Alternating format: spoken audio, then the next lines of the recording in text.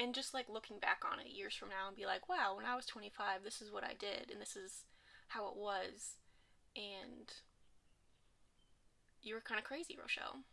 Like that's probably what's gonna happen because I'll be renting an apartment in New York City in a pandemic without seeing it first. Hello, everyone. I have some really exciting news today to talk to you about. I've been overwhelmed, but I'm moving to New York City. So, which is like a dream come true. Um,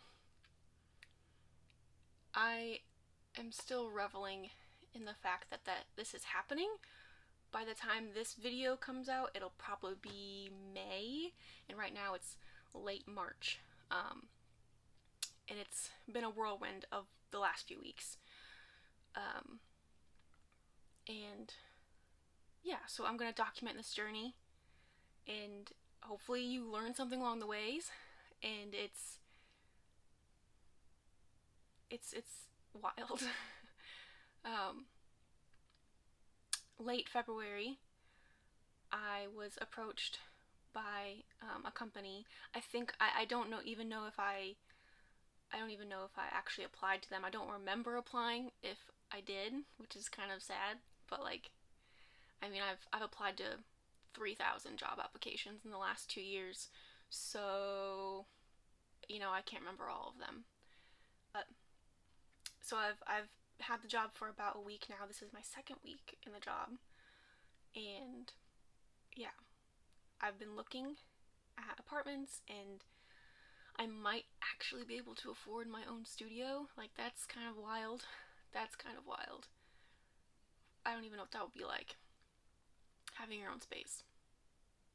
I'm the oldest of a big family. Space is not something I'm familiar with. Um, yeah, so I'll be documenting this journey. I've become the PR and marketing associate for this tech company, um, and it's very different from the antique auction gallery that I just came from. So I'm literally going from 150-year-old products to cutting edge, brand spanking new technology. So it's wildly different um, customer base and target audience base, but it's gonna be fun because I've freelanced for tech jobs before, tech companies before, different industries, but I'm at least aware of what to look for in terms of building a media list and sending press releases, coordinating with graphic design team to create social media content, stuff like that. Um, yeah, so it's gonna be fun. It's gonna be really fun, and I look forward to sharing all of this with you. Um, and just like looking back on it years from now and be like, wow, when I was 25, this is what I did, and this is how it was, and you were kind of crazy, Rochelle. Like that's probably what's gonna happen because I'll be renting an apartment in New York City in a pandemic without seeing it first. So that's a little nerve wracking. Little nerve wracking, but it'll be fine. It'll be fine. Um, it's really weird because back in 2017, I had an internship with a PR company, a PR agency in the financial district, and even after all of the culture shock that I experienced, towards the end, I absolutely fell in love with the city. Like, and I couldn't stop thinking about it. I have not been able to stop thinking about New York City since I left my internship back in 2017. And I thought I was going to be moving right after my bachelor's degree. I thought I would be taking a job in New York City then. But then um, well, a lot of things happened. Um, there was an academic advising error, so I got my bachelor's degree a little bit later, and then I ended up going straight into my master's program, and then I ended up graduating with my master's later than expected because of the way that I ended up taking the classes, like the order in which I took the classes. It just it kept I'm graduating like a semester or two later than I thought I would, or I did. I am graduated. I'm officially a graduate as of August 2020 with my MBA, the concentration in marketing. But so August 2020, not the best time to be graduating with a master's and a crap ton of student loan debt, but at least it worked out. It's gonna be fine. It's gonna work out. Um, and then I got the auction gallery job. Thankfully, I got the auction gallery job because there's here around home, there's not very many jobs for my field. For one, PR marketing, there's not a lot in this field, and two, there's not a lot of jobs that can help pay off loans. Like, a lot of the jobs around here are labor intensive and like trade type stuff. There's not a whole lot of college educated type jobs around here. So part of the one of many reasons why rural America is experiencing brain drain, but I won't go on that soapbox. I'll spare you. Um, but I am finally going to New York City, and it blows my mind. Like, for a week, I didn't tell anyone that I got the job for like a week because I just couldn't believe it. Like, I just kept thinking that the rug was going to get pulled out from underneath me because there were several times in the 3,000 job applications that I've gone through where I was in negotiations of the logistics of moving for a job opportunity, and something always fell through. Which is why, even as I'm recording this, you won't see this until I'm physically in the apartment. I'm there.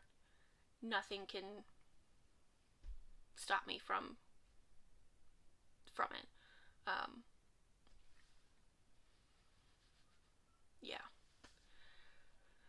So there's a lot to talk about in terms of hunting and job hunting for an apartment. Hunting for an apartment in New York City is daunting for anyone who has not done their research. I've had 4 years to research. So just a few tips that I'm going to talk about right now is which apps to use. Hands down, one of the best apps to use is Street Easy. That has the most certified, verified rentals that aren't scams for the New York City apartment market out there. And so that's kind of been the jumping off point for finding apartments. And I've been in contact with a couple of them just to like get the feelers out there, see what will work, what will not, because it's a very quick moving. Like, you have to have your documents ready. You have to have like the last 2 years of tax returns. You have to have two pay stubs and your ID, Social Security, all that jazz. Plus, another thing is that your income has to be 40 times the rent. So take the rent and times it by 40, and then that is the income you need to be able to rent that unit. Which isn't, like, in normal times, you would, in order to have like a studio to yourself, you would need something around the lines of $80,000 a year, $80,000 to $100,000 before you can even think about renting on your own. In most neighborhoods, not all. There's like some neighborhoods that are like far from the city center, but the office I'll be going to is smack dab in the middle of Midtown. So I'm prioritizing being able to walk to work. I don't really want to take the subway just because I'm tired of commuting. I'm really tired of commuting. I've been doing a 45-minute drive one way to the auction gallery for the last 6 months, and before that, like, I mean, it's an hour drive anywhere here, anywhere. So I don't know how my parents have done it for 25 years because I've only done it for a few and I'm like over it. Um, so walkability is like the biggest thing. Um, and close to grocery stores, which um, there are more in the city center than there are in the outer neighborhoods. Um, and what are the other things? That's pretty much it. Like my parents want a doorman, if possible, and my parent and just for I'm the oldest.